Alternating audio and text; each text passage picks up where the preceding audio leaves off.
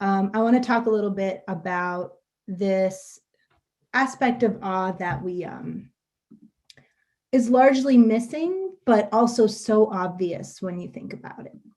So this study was done by David Yaden and I, who David spoke earlier today in 2019, and we were really interested in this question of, we know awe happens out in the mountain peaks. If we look at images of space, if we look at tall buildings, and if we listen to expansive music, but can it happen close to home?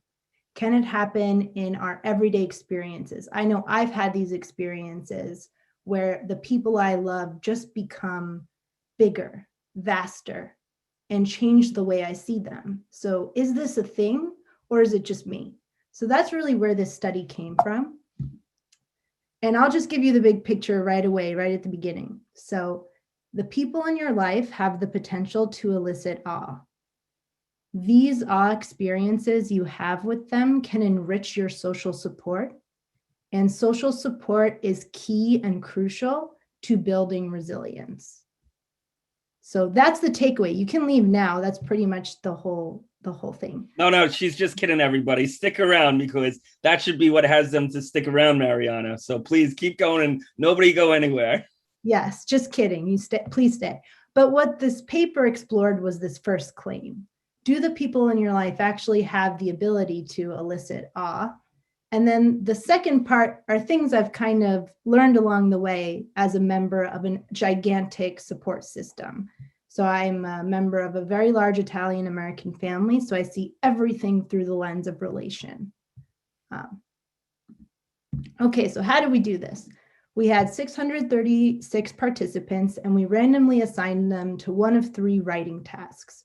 So we know from past research that asking people to write about an experience of awe can actually induce awe in the moment while they're writing. So the 3 conditions we had in our study were: write about a time you experienced awe in nature, write about an interpersonal experience of awe, so that's my niece, inspired this whole research program, and then write about a time you just felt happy or content. And this is that active control condition. We want to make sure what we're capturing is awe and not just general positivity. So after randomly assigning participants to one of these 3 writing task conditions, we asked them to fill out the awe experience scale.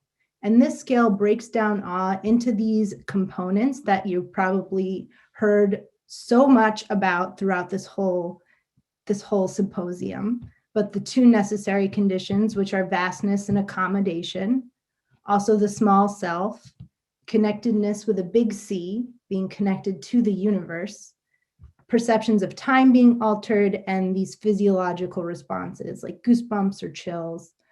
So the awe experience scale turns these experiences of awe into a number, and that allows us to compare awe across these 3 conditions.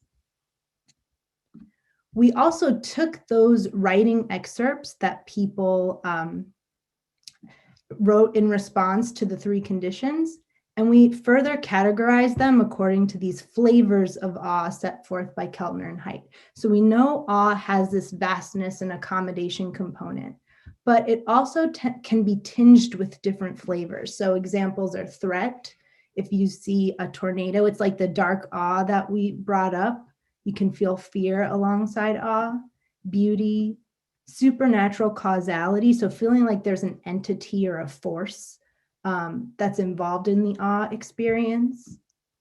Also ability, watching Gabby Douglas do things that human bodies just shouldn't do, but can also add this sense of admiration alongside an awe experience. And finally, virtue and excellence. So this is Sandra Lindsay, first person to get a vaccine in the US. And virtue and excellence tends to be when people go above and beyond the call of duty, when people act according to their values. So we can have awe experiences that have this sense of moral uplift and elevation alongside the vastness and accommodation. So what did we find? Really, really key results. It's a thing. It turns out it's a thing. If you write about an experience you had with a close loved one where they made you feel awe, it will elicit awe over and above just general positivity. Also, when we compared nature experiences to these interpersonal experiences, we found two key differences. The first key difference was the flavor that I kind of just talked about. This interpersonal awe experience tended to happen more in response to virtue and excellence of character. So seeing people you love go above and beyond, seeing them act according to their values. And nature was more likely to be coded for beauty. Another key difference that is important, I'm going to illustrate using some excerpts from our study. So this is an excerpt from the nature condition. So someone wrote about their experience in nature. They said, when I go see the giant trees in California, they were large and amazing. The sight of them took my breath away. I was in awe. I continually looked up with my mouth hanging open.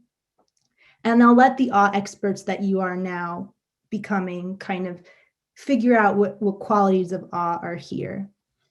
But I'd like to share an excerpt from the interpersonal awe condition. And this excerpt comes from a participant whose father was going with them to their brain surgery. So he hates hospitals, but he was there for the entire day for me. So where the awe comes in is that I'm amazed at the love a parent can have for a child and how it can make them able to do things they wouldn't otherwise be able to do. My dad would never willingly spend the day at the hospital, but he did it for me. And that kind of love and devotion is what makes me feel a little bit safe in this scary world. And so what we see here is this difference between things that are objectively vast, like no one will argue with you if you say the redwood trees are awe-inspiring or space is awe-inspiring. But then there's also things that are relatively vast. Like if we were in that hospital room watching this person, we might feel empathy, sympathy, probably not awe, because we don't know anything about them. But for their child who wrote this excerpt, they really saw their father go above and beyond, act virtuously, act according to his values, and it opened up their mental frame to allow for a much bigger perspective or view of their father. And we have things like this in our lives that are figuratively vast, like Sheila watching her daughter look at ducks, right? Just watching your own child have these milestones, watching your colleagues go into the line of duty for the first time, perhaps, or watching your parents age, right? Things that on the outside to others don't quite feel like they might be awe-inspiring, but because of you and your context have the ability to really elicit awe.